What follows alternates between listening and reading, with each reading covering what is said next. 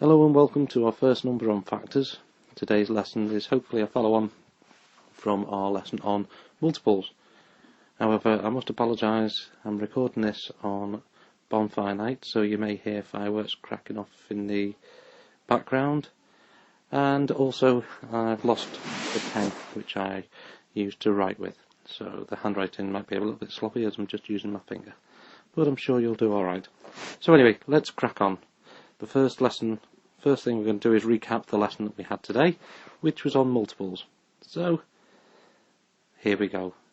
The first 5 multiples of 6 are, well, 1 times 6 is 6, 2 times 6 is 12, 3 times 6 is 18, 4 times 6 is 24, and 5 times 6 is 30. So there we have the first 5 multiples of 6. But here's a question: is 8 a multiple of 16? Can you work it out? And secondly, can you prove it? Okay, so pause the video now, have a go at the questions. If you haven't already, pause the video now, and here we are. The answer to this is no. 8 is not a multiple because it doesn't appear in the 16 times table. 16, 32, 48, and so on. 8 is in fact a factor of 16, and we're going to discuss that now.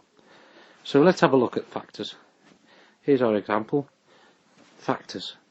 For factors, all you need to do is think about, well, what numbers go together to multiply to make 12. So 1 times 12 is 12, or 2 times 6, or you could have 3 times 4. So we actually have 6 factors of 12, and those factors are 1, 2, 3, 1, 2, 3, 4, 6, and 12. It's a nice easy case. Now let's start with the harder cases. So here we go. Example 2. Calculate the factors of 32. Well, what numbers do you know that multiply together to make 32?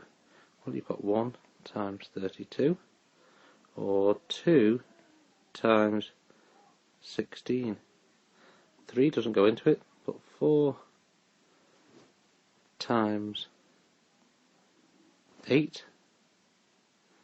5, no, it's not in the 5 times table, and it's not in the 6 times table. So here we have it, we've got 3 factors, and those factors are 1, 2, 4, 8, 16, and 32.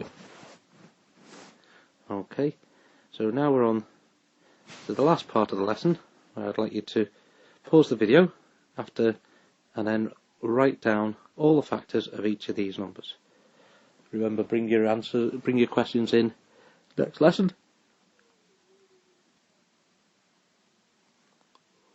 Okay. So, did you have a good lesson? Did you make lots of notes?